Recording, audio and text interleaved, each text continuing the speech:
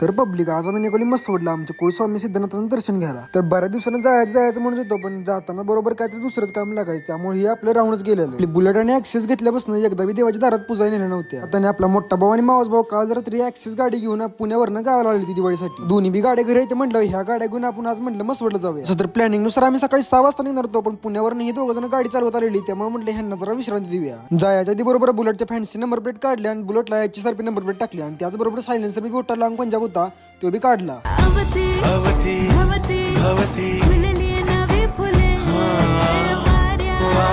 जाताना गाडीत पहिल्यांदा तेल भरून घेतली, कारण पुढे गेलं काय आपल्याला प्रॉब्लेम नको म्हणलं. आता तुम्हाला बी माहित आहे की बिना लढतरीचा आपला दिवसच जात. गाडीत पेट्रोल टाकाय गाडी बंद केलेली, ती परत गाडीत चालू होत नव्हती. गाडीचा स्विच जरी चालू केला तर गाडीत कसलीच लाईट दाखवत नव्हती.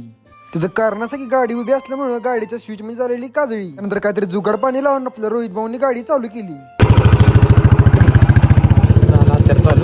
तिथनं स्टार्टर मारला, डायरेक्ट आलो मसवड मध्ये. आणि ही आहे मसवड मधलं श्री सिद्धनाथांचं मंदिर. आज गर्दी जरा कमी होती, त्यामुळे गाड्यासने आपल्या बरोबर मंदिराच्या समोर जागा भेटली. ही आहेत आमचे छोटे पुजारी आणि ह्यांच्या हस्ते आपण आज गाडी पुजणार आहे.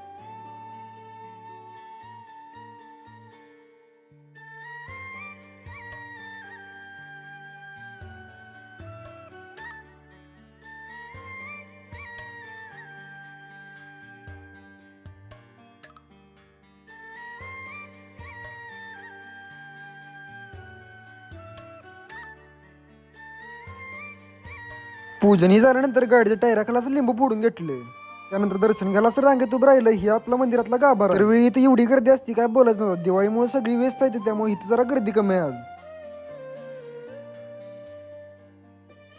नाथांचं दर्शन घेतल्यानंतर मनातला बोजा कमी झाल्यासारखं वाटतं. तसं तर प्रत्येक वर्षी यात्रेला आम्ही नाथांचं दर्शन घ्यायला सगळीजण येतो. तर आपण आता जवळच आले, आपण जत्रेला लय गर्दी असते, त्यामुळे गाड्या काय आपल्या इथं आणता येत नाही. त्या आता हातात बांधायचा चौघासून 4 दोरं घेतलं मसवडातनं बाहेर पडलो.